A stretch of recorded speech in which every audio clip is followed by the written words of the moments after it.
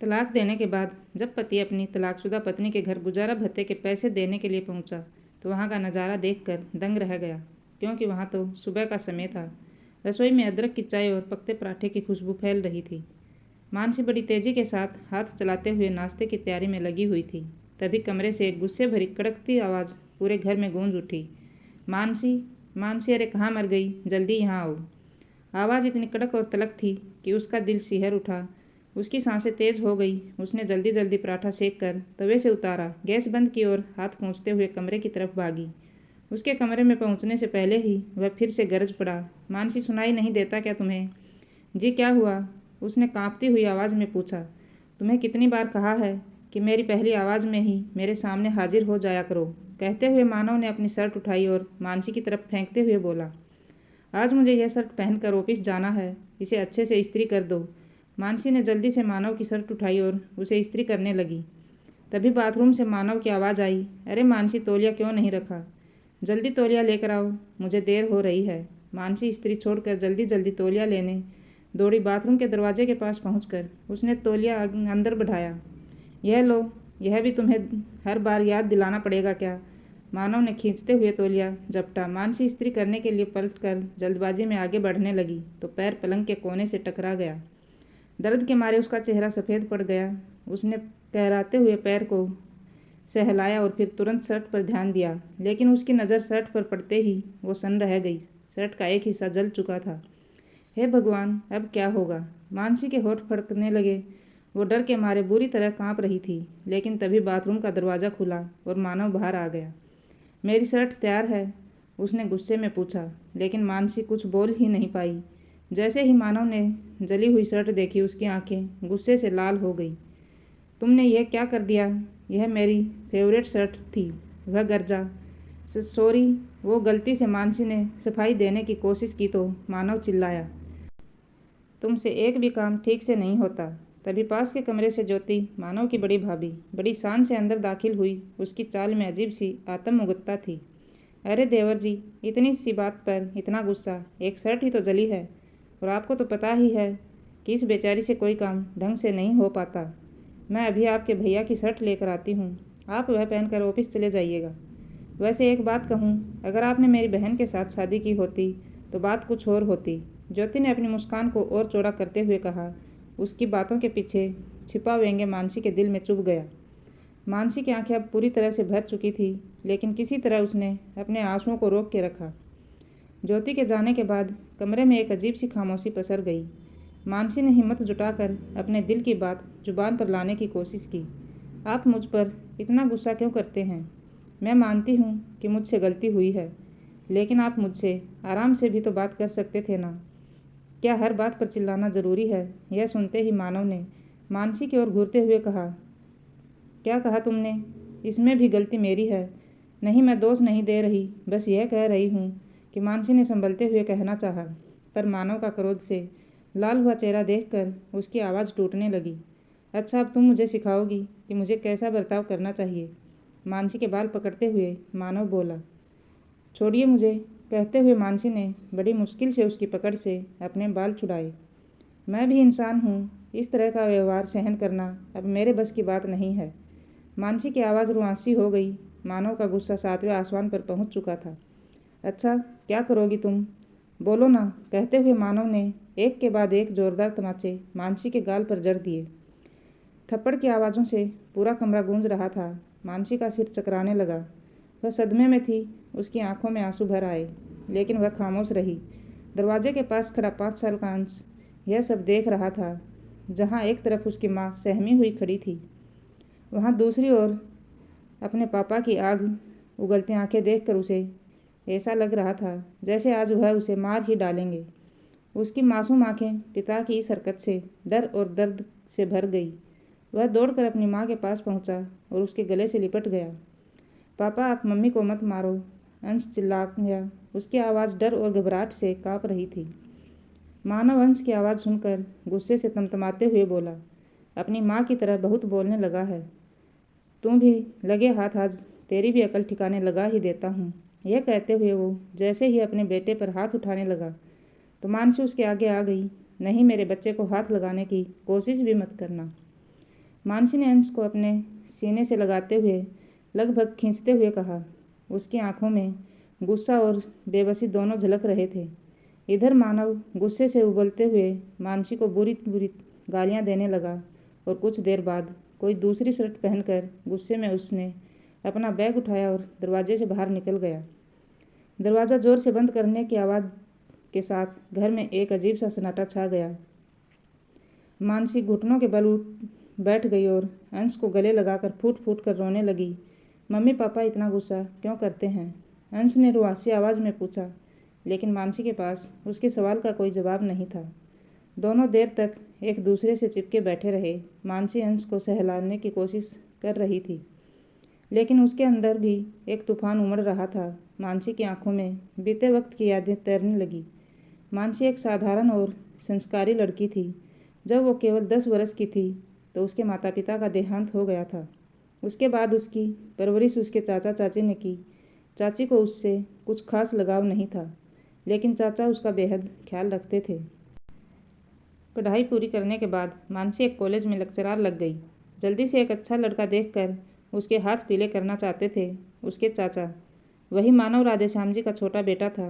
राधेश्याम जी की तबीयत कुछ ठीक नहीं रहती थी, इसलिए वह चाहते थे कि उनके रहते ही उनके छोटे बेटे का विवाह हो जाए। राधेश्याम जी और मानसी के चाचा सुरेश जी एक दूसरे को अच्छे से जानते थे। एक बार सुरेश जी के घर आए राधेश्याम जी ने मानसी को देखा। मानसी अच्छी पढ़ी लिखी तो थी ही साथ घर के काम में भी वह सुगढ़ थी। राधेश्याम जी उनकी शालीनता और व्यवहार से इतने प्रभावित हुए कि वहीं पर अपने बेटे मानव के लिए उसका हाथ मांग लिया। सुरेश जी भी इस बात के लिए राजी हो गए, लेकिन बात इतनी सीधी नहीं थी। मानव की भाभी ज्योति, जो एक काबिज और चालाक व्यक्तित्व की महिला थी, इस रिश्ते से खुश नहीं थी। वो चाहती थी कि मानव की शादी उसकी छोटी बहन नीतू से हो। ज्योति को लगता था कि उसकी बहन घर पर उसका वर्चस्व बनाए रखने में मदद करेगी। ज्योति ने राधेश्याम जी से कहा, पापा जी, मानसी भले ही अच्छी लड़की हो, लेकिन मेरी बहन से उसका कोई मुकाबला नहीं। और फिर मानव तो अच्छा पढ़ा लिखा है और खूब अच्छा कमाता है। मानव जैसे लायक लड़के के लिए लड़की भी लाखों में एक होनी चाहिए। लेकिन राधेश्याम जी ने ज्योति की बातों को नज़रअंदाज करते हुए मानव को इस रिश्ते के लिए मना लिया। मानव और मानसी की शादी धूमधाम से हुई। शुरुआत में सब कुछ बहुत अच्छा था। शादी के बाद मानसी ने अपनी नौकरी भी छोड़ दी, क्योंकि मानव यह चाहता था कि उसकी पत्नी घर पर रहकर घर का काम संभाले। मानसी ने पूरी कोशिश की कि वह घर के सभी सदस्यों को खुश रखे। उसने ज्योति की भी इज्जत की और उसे हमेशा बड़ी बहन का दर्जा दिया। लेकिन ज्योति को मानसी का यह व्यवहार दिखावा लगता था। उसे यह बात मंजूर नहीं थी कि मानसी घर में सबका प्यार और सम्मान पा रही है, इसलिए वह हमेशा मानसी को नीचा दिखाने की फिराक में रहती थी। एक दिन जब मानसी अपने मायके गई हुई थी तो ज्योति को मौका मिल गया और मानव के पास आकर बोली, देवर जी, आप तो बड़े पढ़े लिखे और मॉडर्न हैं। यह मानसी आपकी बराबरी की नहीं है। कहाँ आप इतने स्टाइल्स और हैंडसम और कहाँ वह साधारण सी दिखने वाली लड़की। मानव ने उस समय कुछ नहीं कहा, लेकिन उसकी सोच पर असर पड़ने लगा। धीरे धीरे मानव का व्यवहार मानसी के प्रति कठोर और रूखा होने लगा। छोटी छोटी बात पर उसे डांटना, ताने मारना और कभी कभी हाथ उठाना भी आम हो गया। मानसी इस बदले हुए व्यवहार को समझ नहीं पा रही थी। उसने कई बार मानव से बात करने की कोशिश की, लेकिन मानव का जवाब हमेशा कटु और आक्रामक ही रहा। इस बारे में मानसी ने जब अपनी सास से बात की तो सास ने जो जवाब दिया उसे सुनकर वह हैरान रह गई। बहू पति पत्नी के बीच तो ऐसी छोटी मोटी बातें होती ही रहती हैं, उन्हें ज़्यादा नहीं बढ़ाना चाहिए। किसी तीसरे के सामने रोने की बजाय इन बातों को कमरे के भीतर ही सुलझाना चाहिए। इतना कहकर उसकी सास ने पल्ला झाड़ लिया, लेकिन उसके ससुर राधेश्याम जी उसकी हालत समझ पा रहे थे। अक्सर वह अपने बेटे मानव को अकेले में समझाने की कोशिश किया करते थे, लेकिन मानव एक कान से सुनकर दूसरे कान से निकाल दिया करता था। इधर राधेश्याम जी, जो दिल के मरीज थे, एक दिन उन्हें दिल में तेज दर्द उठा। इससे पहले कि घर वाले उन्हें अस्पताल पहुंचा पाते, वह भगवान को प्यारे हो गए। उसके बाद तो जैसे मानव को खुली छूट मिल गई अपनी मनमानी करने की। शादी के करीब 1.5 साल के बाद मानसी ने एक बेटे को जन्म दिया। उसे लगा था कि अब मानव के व्यवहार में कुछ परिवर्तन आ जाएगा, लेकिन यह शायद उसका वहम ही था।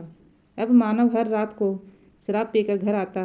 दरवाज़ा खोलते ही शराब की दुर्गंध पूरे घर में फैल जाती। मानसी पूरे दिन घर के कामों में लगी रहती और रात को अपने बेटे अंश के साथ जागती रहती, लेकिन मानव को इससे कोई फर्क नहीं पड़ता था। आप इतनी देर रात तक बाहर रहते हैं, पी कर आते हैं, कम से कम थोड़ा तो ख्याल करें। एक दिन मानसी ने हिम्मत जुटाकर कहा। क्या कहा? किस बात का ख्याल करूं मैं? अरे मैं काम करता हूँ, घर चलाता हूँ, और तू क्या करती है? रोटियां पकाती है और बच्चे को संभालती है। तुझे मेरी कदर करनी चाहिए। तू मेरे घर में रहती है, मेरे पैसों पर पलती है और मुझे ही सिखाती है कि मुझे क्या करना चाहिए। मानव ने चिल्लाते हुए पास रखा गिलास जमीन पर पटक दिया और मानसी को धक्का देकर जमीन पर गिरा दिया। पति के व्यवहार से परेशान मानसी ने पूरी रात जागते हुए काटी। अगली सुबह जब मानव सो रहा था, मानसी रसोई में नाश्ता बना रही थी, तभी उसकी जेठानी ज्योति वहां आ गई।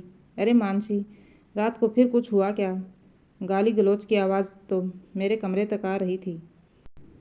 ज्योति ने एक मुस्कुराहट के साथ कहा। मानसी ने कुछ नहीं कहा और सिर झुकाए अपना काम करती रही। मैं तो पहले ही कहती थी कि तुम इस घर के लायक ही नहीं हो। ना तुम अपने पति को संभाल पा रही हो और ना ही घर को।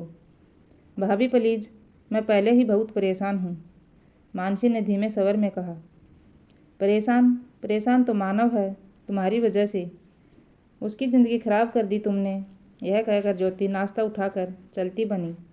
मानसी के सब्र का बांध अब टूटने लगा था, लेकिन अपना दिल हल्का करती भी तो किससे। कुछ सोचकर उसने एक बैग में अपनी और अपने बच्चे के कपड़े पैक किए और चुपचाप अपने मायके चली गई। मानसी मायके पहुंची तो उसे लगा था कि शायद यहाँ उसे सहारा मिलेगा, उसकी तकलीफ को समझा जाएगा। लेकिन जैसे ही उसने अपनी चाची और चाचा के सामने अपनी व्यथा रखी, उनकी प्रतिक्रिया ने उसे भीतर तक झकझोर दिया। थोड़ी देर तक चाचा चाची एक अलग कमरे में बातें करते रहे और फिर बाहर निकलकर उसके चाचा ने गहरी सांस लेते हुए कहा, देखो बेटी, हर घर में छोटी मोटी बातें तो होती रहती हैं। कभी कभार गुस्से में आवाज़ ऊंची हो जाती है, लेकिन इसका मतलब यह नहीं कि बात को इतना बढ़ाया जाए। तुम्हें समझना चाहिए कि यह सब सहन करते हुए अपने सभी फर्ज निभाना ही तुम्हारी जिम्मेदारी है। मानसी हद पर रह गई। वो कुछ कह पाती उससे पहले कि उसकी चाची ने आगे बढ़कर कह दिया, देख मानसी, लड़कियों का घर तो उनका ससुराल ही होता है। अब तुम लड़ झगड़ कर यहाँ आकर बैठ जाएगी तो समाज में हमारी क्या इज्जत रह जाएगी। हमने अपनी बेटी का भी ब्याह रचाना है, जैसे भी करके अपनी गृहस्थी की गाड़ी चलाओ, चाची ने ठंडे स्वर में कहा। मानसी का धैर्य जवाब दे गया। उसने कांपती हुई आवाज़ में कहा, चाचा, लेकिन मैं उस नर्क में वापस जाना नहीं चाहती। तो उसके चाचा ने गुस्से में कहा, बस अब और बहस मत करो, हम तुम्हारे भले के लिए कह रहे हैं। कल सुबह वापस अपने घर जाओ और अपनी जिम्मेदारियों को निभाओ। ठंडे दिमाग से काम लोगी तो सब ठीक हो जाएगा। उस रात मानसी बहुत देर तक छत को घूरती रही। उसकी आंखों में आंसू थे, लेकिन अब उनमें दर्द के साथ साथ गुस्सा भी था। अगली सुबह मानसी चुपचाप अपना बैग उठाकर ससुराल लौट आई। दरवाज़ा खोलते ही ज्योति की चुभती हुई आवाज़ सुनाई दी, अरे आ गई महारानी। चाचा चाची 2 दिन भी नहीं रख पाए तुम्हें। मानसी ने कुछ नहीं कहा। वह जानती थी कि ज्योति को जवाब देने का कोई फायदा नहीं। उसके बाद के दिन मानसी के लिए और भी कठिन हो गए।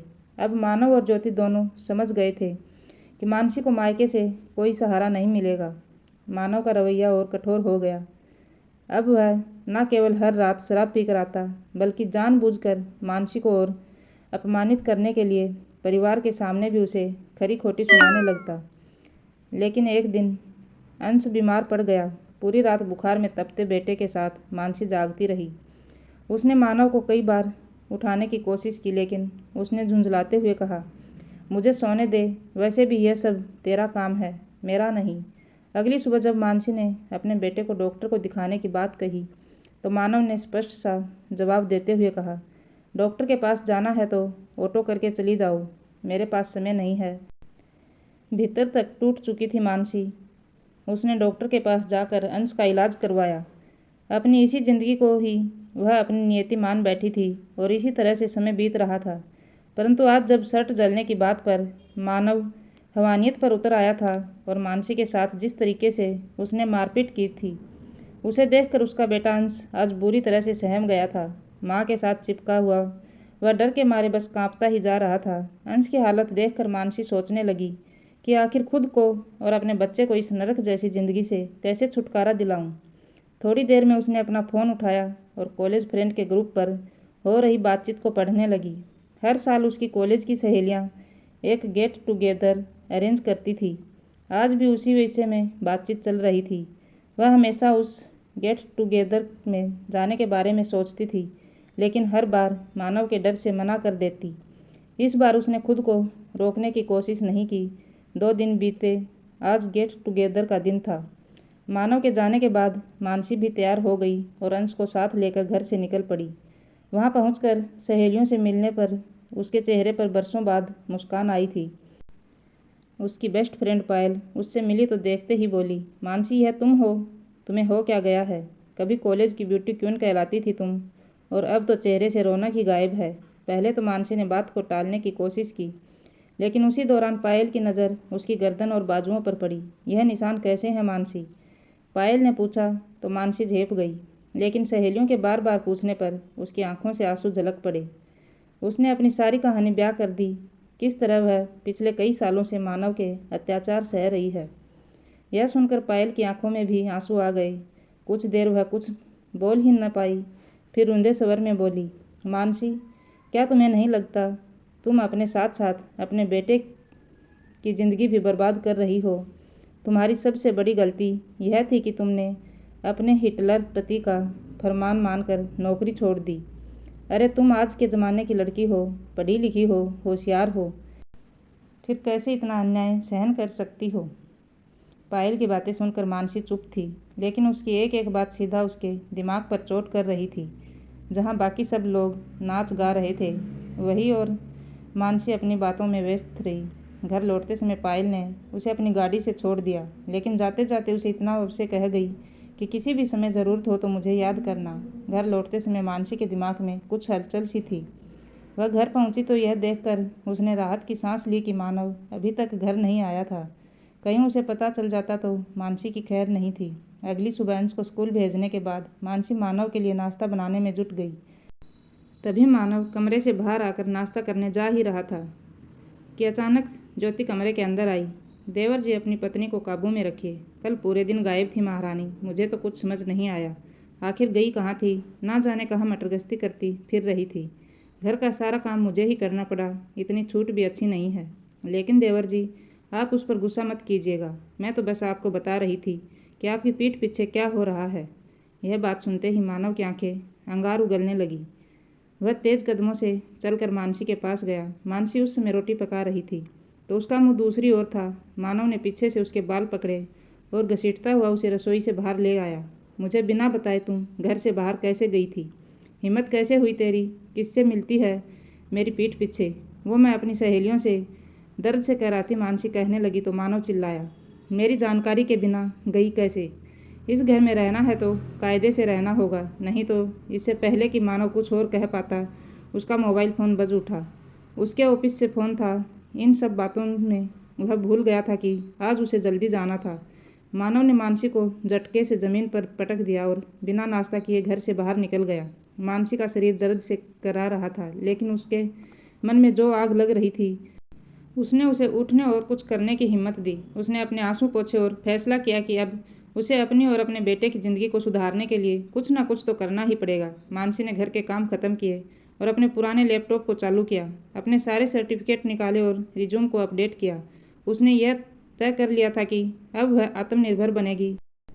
उसने शहर के हर कॉलेज और स्कूल की वेबसाइट पर जाकर नौकरी की वैकेंसी खंगालनी शुरू की, परंतु देखा कि जहाँ भी वैकेंसी थी वहाँ एक्सपीरियंस कैंडिडेट की मांग थी। लेकिन उसके पास तो एक्सपीरियंस था ही नहीं, बल्कि अब तो 7 वर्षों का लंबा अंतराल आ चुका था। फिर भी उसने हार नहीं मानी और कई जगहों पर ईमेल और आवेदन भेजे। शाम के समय मानसी लैपटॉप पर नजरें गड़ाए नौकरी के किसी संभावित जवाब का इंतजार कर रही थी। तभी दरवाजे पर तेज आवाज़ हुई। मानसी चौंकी, दरवाज़ा खोला तो सामने मानव खड़ा था। उसके हाथ में एक लिफाफा था। मानसी ने लिफाफा लिया और अंदर जाकर उसे खोला। उन कागजों में लिखा हर शब्द जैसे किसी हथौड़े की तरह उसकी आत्मा पर वार कर रहा था। तलाक। मानसी ने कांपते हुए कहा। हाँ, मानव ने ठंडे लहजे में जवाब दिया, और यह भी जान लो कि अंश अब मेरे पास रहेगा, क्योंकि तुम बेरोजगार हो, कुछ काम धंधा नहीं करती हो, इसलिए उसकी देखभाल करने के काबिल नहीं हो। मानसी ने कागजों की ओर देखा। फिर मासूम से अंश के चेहरे पर उसकी नज़र पड़ी। उसकी आंखों में आंसू तैर गए। एक दिल तो किया कि बुक्का फाड़ कर रो पड़े, लेकिन उसने खुद को कमज़ोर नहीं पड़ने दिया। अगर आज हार गई तो अंश का भविष्य बर्बाद हो जाएगा। नहीं, कुछ तो करना होगा। उसने संयम से काम लिया और रात भर यही सोचती रही कि उसे क्या करना चाहिए। अगली सुबह उसने पायल को फ़ोन किया। पायल, मैं अब इस घर में नहीं रह सकती। मानसी की आवाज़ काँप रही थी। क्या हुआ मानसी? पायल की आवाज़ में चिंता छलक रही थी। मानव ने मुझे तलाक देने के बारे में सोचा है और वह अंश को मुझसे दूर करना चाहता है। मैं अपने बच्चे से अलग होकर नहीं जी पाऊंगी। मुझे तुम्हारी मदद चाहिए। हो सके तो मेरे लिए किराए का छोटा सा घर ढूंढ दो। तो पायल ने तुरंत जवाब दिया, तुम चिंता मत करो, और किराए का घर ढूंढने की क्या ज़रूरत है? तुम मेरे साथ रह सकती हो, हमारे घर पर। नहीं पायल, पहले ही मेरे ससुराल वाले मुझ पर उंगली उठाने में देर नहीं करते। अगर मैं तुम्हारे घर पर आई तो मेरे चरित्र पर कीचड़ उछलते हुए वो लोग इस बात को कोर्ट में मेरे खिलाफ प्रयोग करेंगे। कोई बात नहीं मानसी, मैं तुम्हारे लिए किराए का घर ढूंढती हूँ, और कोई फिक्र मत करना। यही समय है खुद को साबित करने का, और मैं तुम्हारे साथ हूँ। पायल ने उसी दिन अपने घर के पास ही एक छोटा सा घर ढूंढ दिया। मानसी ने अपने और अपने बेटे के कपड़े पैक किए, अंश को तैयार किया, साथ ही साथ अपने पास इकट्ठा किए हुए कुछ पैसे उठाए और मौका देखकर चुपचाप घर से बाहर निकल गई। शाम को मानव घर लौटा। हमेशा की तरह उसने मानसी को आवाज़ लगाई, मानसी पानी लाओ जल्दी। लेकिन घर में सन्नाटा था। किचन में झाँक कर देखा, वहाँ कोई नहीं था। उसने अंश के कमरे में झाँका, वह भी खाली था। फिर वह वापस अपने कमरे में आया तो उसकी नज़र टेबल पर रखे एक लिफाफे पर पड़ी। उसने लिफाफा खोला और अंदर से मानसी का लिखा हुआ पत्र निकाला। पत्र में लिखा था, मानव, मैंने तुम्हारे साथ बहुत साल बिताए, हर ताने हर दर्द को सहती रही, लेकिन अब मैं और नहीं सह सकती। तुमने हमेशा मुझे कमज़ोर समझा, लेकिन अब मैं अपने बेटे के साथ एक नई ज़िंदगी शुरू करूँगी। तुम्हें जो करना है करो, पर अब मैं तुम्हारे साथ नहीं रहूँगी। मानसी। पत्र पढ़कर मानव का पूरा शरीर गुस्से से कांपने लगा। वो बौखलाकर सोफे पर बैठ गया। उसने तो मानसी को धमकाने के लिए तलाक के कागज़ तैयार करवाए थे, लेकिन अब उसका दाव उस पर ही उल्टा पड़ चुका था। काफ़ी देर मानव इसी सोच विचार में डूबा रहा, लेकिन घर के सभी सदस्य खाना खाकर सोने जा चुके थे। देर रात जब मानव को भूख लगी तो उसने रसोई में जाकर देखा। वहाँ एक थाली में ठंडी रोटियां और सब्जी रखी थी। उसने चुपचाप मन मारकर वही उठाकर खाया और अपने कमरे में सोने चला गया। अब उसकी पसंद की सब्जी के साथ गर्मागर्म रोटियां पकाकर खिलाने वाली मानसी जो नहीं थी। उसके बाद अगले दिन भी सब कुछ घर में सामान्य तरीके से चल रहा था। बस आज मानव की कड़कती आवाज़ पूरे घर में नहीं गूंज रही थी। अब वह बहुत उदास रहने लगा था, लेकिन वह भी अकड़ में था कि मानसी को फ़ोन करके नहीं बुलाएगा। लेकिन अपनी पत्नी की कमी उसे अंदर ही अंदर इतनी खल रही थी कि उसका ऑफिस के काम पर ध्यान ही नहीं था। उसकी परफॉर्मेंस खराब होने लगी तो कंपनी ने भी उसे नौकरी से निकाल दिया। उसके बाद उसे कहीं और अच्छी नौकरी नहीं मिली तो उसे कोई छोटी मोटी नौकरी पकड़नी पड़ी। वही किराए के छोटे से घर में रहते हुए मानसी ने महसूस किया कि यह परेशानियां उसकी ताकत को परखने आई हैं।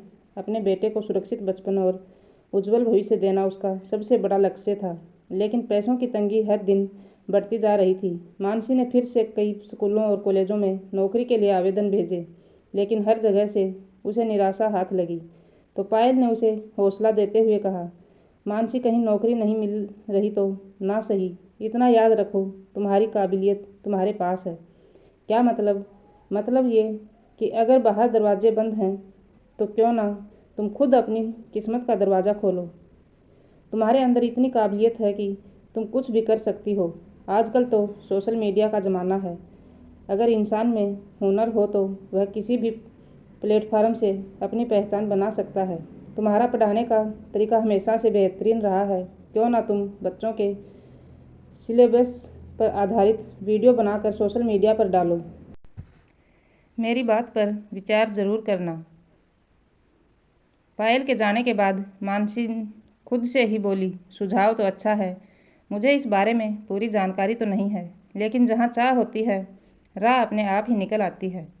मानसी ने अपना स्मार्टफोन उठाया और घंटों मेहनत करके वीडियो बनाने की तकनीक सीखी। 12वीं के बच्चों की परीक्षा नज़दीक थी, इसलिए उसने सबसे पहले 12वीं कक्षा के बच्चों को पढ़ाने के लिए टॉपिक ढूंढे।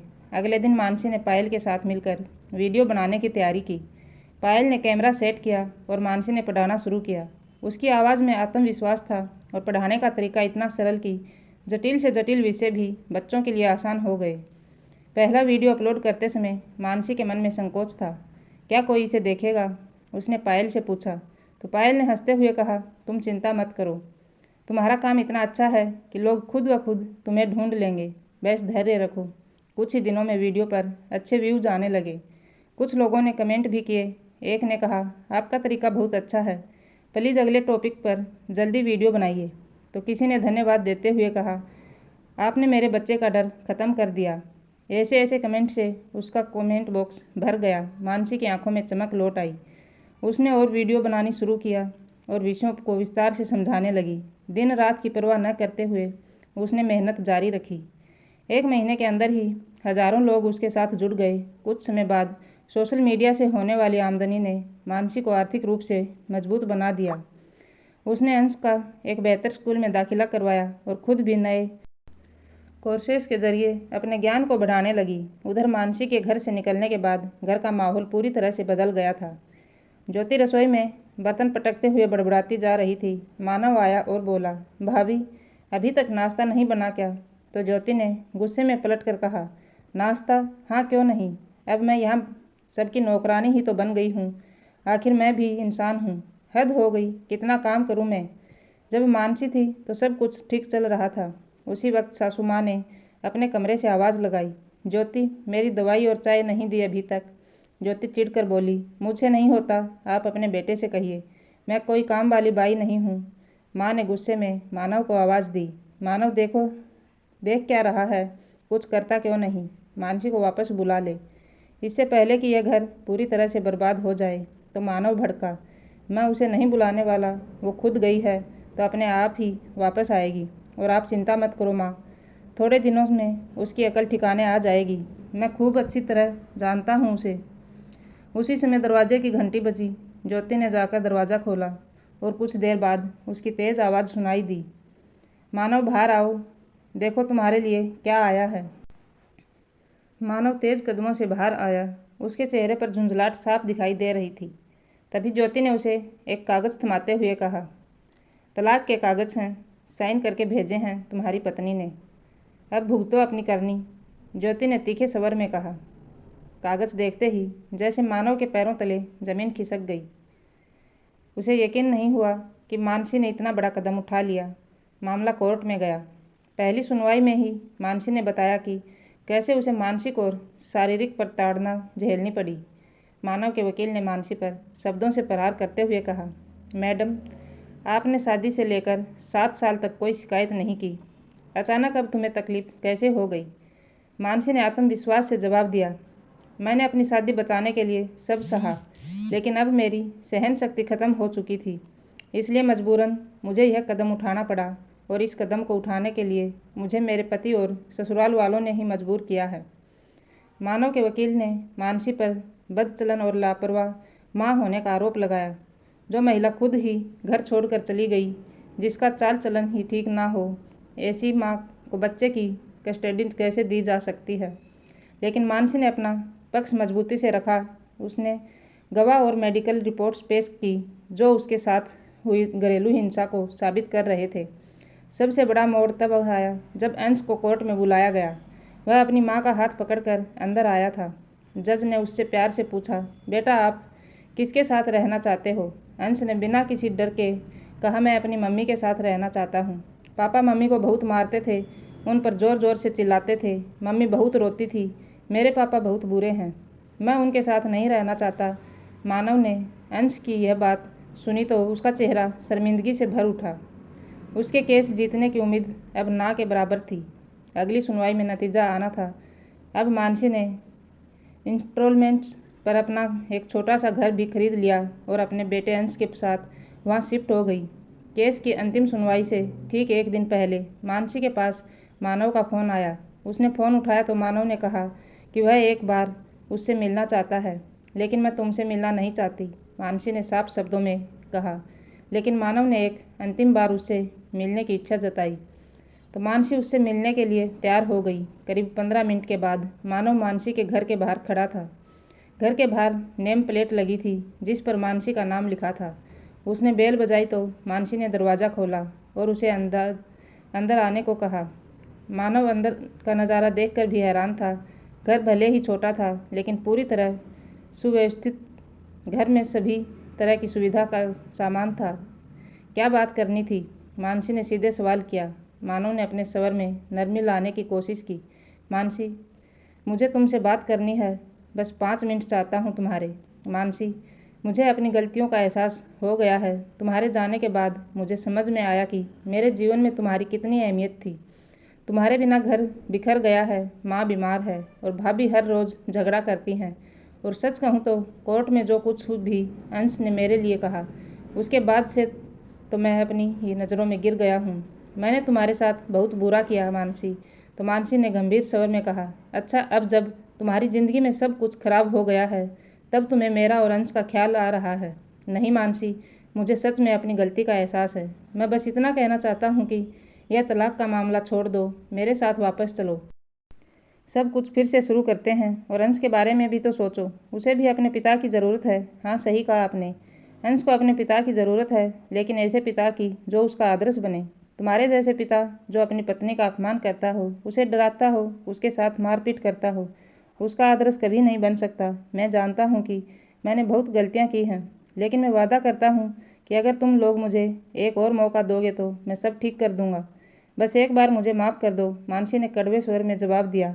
मौका? हर दिन तुम्हारे लिए मौका था मानव, लेकिन तुमने हर बार उसे बर्बाद किया। मानसी ने दृढ़ स्वर में कहा। माफ़ी का सवाल तब होता है जब कोई गलती अनजाने में होती है, लेकिन तुम्हारी गलती जानबूझकर की गई थी। मैं तुम्हें माफ़ नहीं कर सकती मानव, और सच कहूँ तो अब मेरी ज़िंदगी में तुम्हारे लिए कोई जगह नहीं है। तुम जा सकते हो। मानव ने एक अंतिम नज़र अंश पर डाली और भारी मन से घर से बाहर निकल गया। दोस्तों, औरत जब अपने साहस और आत्मसम्मान से आगे बढ़ती है तो वह न केवल अपनी कहानी बदलती है बल्कि दुनिया के लिए भी एक मिसाल बन जाती है। मानसी ने साबित कर दिया था कि हर इंसान को अपनी कहानी खुद लिखने का हक है। तो दोस्तों, आपको यह कहानी कैसी लगी? लाइक और कमेंट करके ज़रूर बताइए और चैनल को सब्सक्राइब करना बिल्कुल ना भूलें। मिलते हैं एक और नई कहानी के साथ। बहुत बहुत धन्यवाद।